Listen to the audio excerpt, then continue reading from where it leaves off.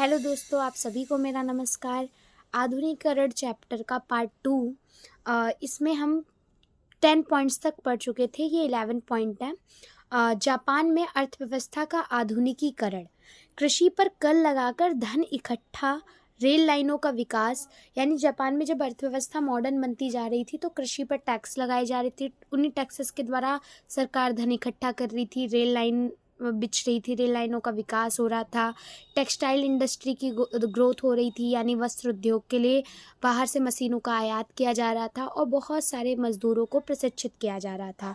Banking की संस्थाएं खोली जा रही थी। ये सभी काम शुरू हो चुके थे। ये सब जब शुरू हुआ, जब जापान की अर्थव्यवस्था का आधुनिकीकरण किया जा रहा था, उसी टाइम ये सारी चीज़ें हो रही थी। फिर उसी समय पे 12वें पॉइंट में ये बताया गया कि फुकोकू क्योहे, ये जो थे फुकोकू क्योहे, जिसका अर्थ होता है समृद्ध देश और मजबूत सेना।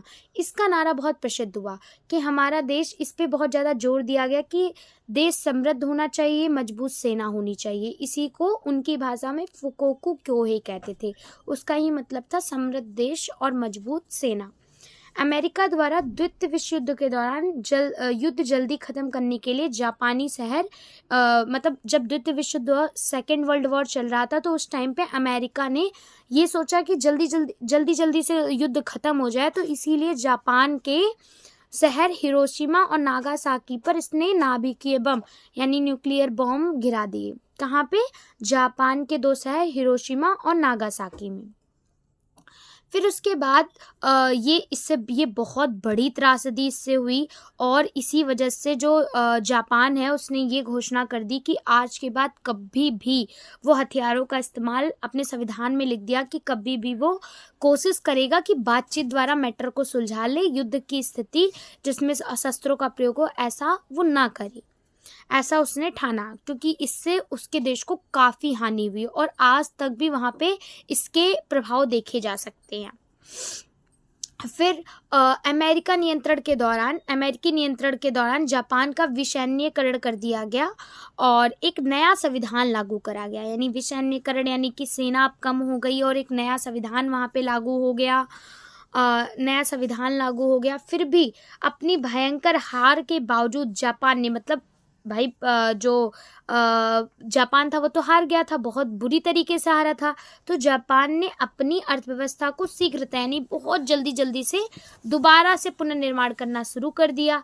और एक इसे ही कहा गया कि एक बहुत ही युद्धोत्तर क्या हुआ है, चमत्कार हुआ है। उसके बाद चीन का आधुनिक इतिहास क्या है? चीन का आधुनिक इतिहास जो है वो इसलिए जाना जाता है, इस टाइम पे इसने संप्रभुता की पुनर्प्राप्ति, विदेशी कब्जे का अंत, समानता और विकास को संभव बनाने पर आधारित था। यानी जब हम चीन के आधुनिक इतिहास की बात करते हैं तो इसके अंदर हम किन किन चीज़ों की चर्चा करते हैं जिसमें इसने संप्रभुता यानी अपना डोमिनेंस फिर से प्राप्त कर लिया था, विदेशी कब्जे का अंत हो गया था, समानता और विकास को संभव बनाने पर आधारित था। किसका इतिहास? चीन का आधुनिक इतिहास।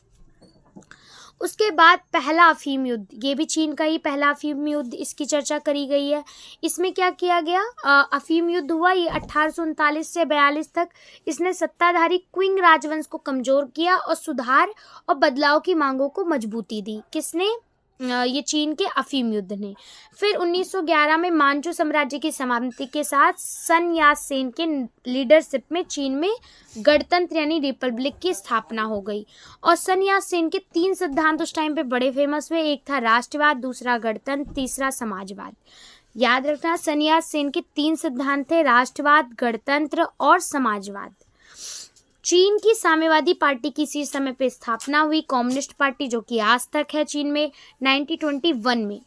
और रूसी क्रांति के कुछ समय बाद हुई थी और ये इतनी ज़्यादा, मतलब साम्यवादी पार्टी अपने समय में तो प्रसिद्ध रही और आज तक इसका दबदबा है और चीन में सबसे मेन पार्टी यही है और घूम फिर कर यही बनती है, कोई दूसरी आने का कोई चांस ही नहीं है वहाँ पे। उसमें माओ से तुंग प्रमुख नेता बनकर इस पार्टी में उभरे थे। रूसी क्रांति के कुछ समय बाद हुई थी इस पार्टी की स्थापना 1921 में। पीपुल्स रिपब्लिक ऑफ चाइना की सरकार 1949 में स्थापित हुई थी। फिर आज इस वीडियो में हम यहीं तक पढ़ेंगे और बाकी आगे के पॉइंट्स पढ़ने के लिए पार्ट 3 में मिलेंगे।